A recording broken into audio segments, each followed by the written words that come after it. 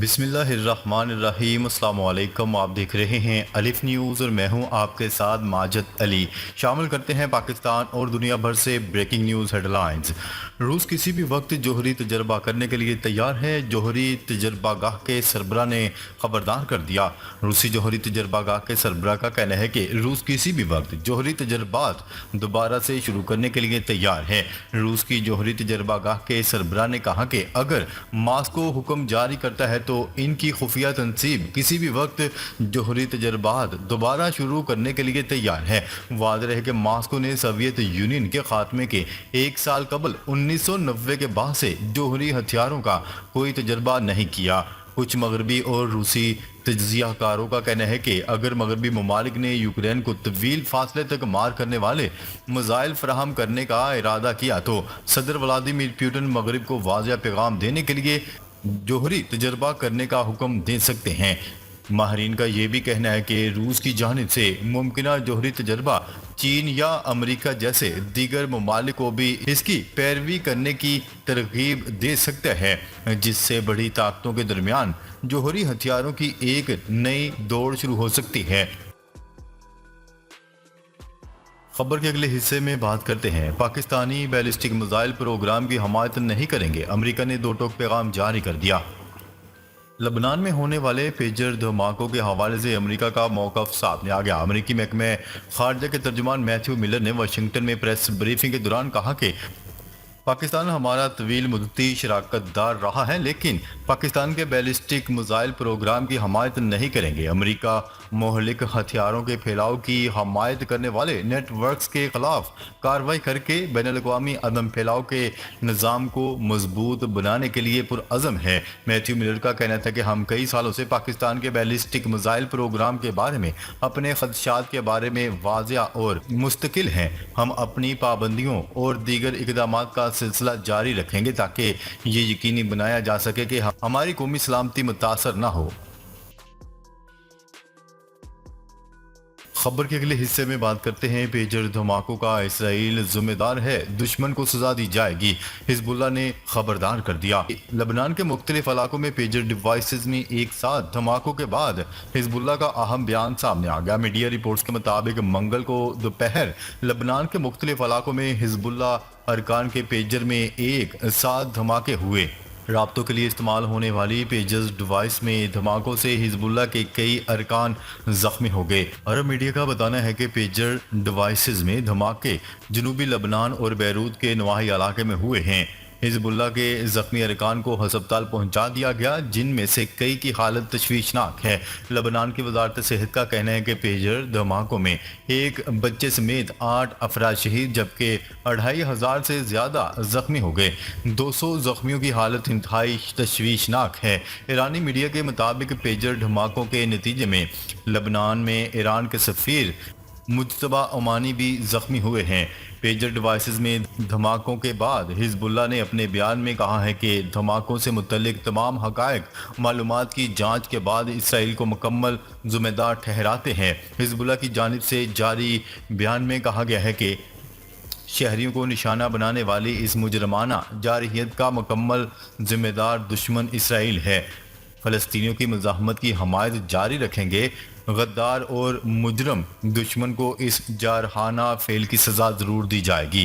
بیان میں مزید کہا گیا ہے کہ حزب اللہ کے سربراہ حسن نصر اللہ پیجر دھماکوں میں محفوظ رہے ہیں۔ خیال رہے کہ گزشتہ صدی میں پیجر دنیا بھر میں پیغام رسائی کے استعمال ہونے والی معروف ڈیوائس تھی۔ یہ تاروں کے بغیر برقی لہروں کے ذریعے پیغام پہنچانے والی ڈیوائس ہے جس کے ذریعے تحریری اور صوتی پیغام بھیجا جا سکتا ہے۔ خبر کے اگلے حصے میں بات کرتے ہیں پیجر دھماکوں کی منظوری اسرائیلی وزیر اعظم نے دی، روسی میڈیا کا دعویٰ۔ روسی میڈیا نے دعویٰ کر دیا ہے کہ حزب اللہ کے افراد کو نشانہ بنانے کے لیے پیجر دھماکوں کی منظوری اسرائیلی وزیر اعظم نے خصوصی اجلاس میں دی تھی، جس کا مقصد کارروائیوں کو نئے مرحلے میں داخل کرنا تھا۔ روسی میڈیا کے مطابق اسرائیلی وزیر اعظم نیتن یاہو نے وزراء اور سیکیورٹی سروسز کے سربراہوں کی اس ہفتے میٹنگ میں کارروائی کی منظوری دی تھی۔ دھماکوں میں لبنانی وزیر کے بیٹے سمیت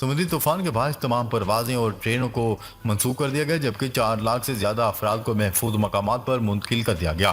مشرقی چین میں طوفانی ہوائیں، شدید بارشوں اور ساحلی سیلاب کی ریڈ وارننگ بھی جاری کر دی گئی۔ سمندری طوفان سے متاثرہ علاقوں میں 12 انچ تک بارش ریکارڈ کی گئی، جبکہ چینی محکمہ موسمیات نے شہر میں بارش کا سلسلہ جاری ہونے کا امکان ظاہر کر دیا۔ ناظرین، اب تک کے لیے اتنا ہی۔ مزید خبریں لے کر بہت جلد آپ کی خدمت میں حاضر ہوں گے۔ تب تک کے لیے اپنا خیال رکھیے گا۔ اللہ نگہبان۔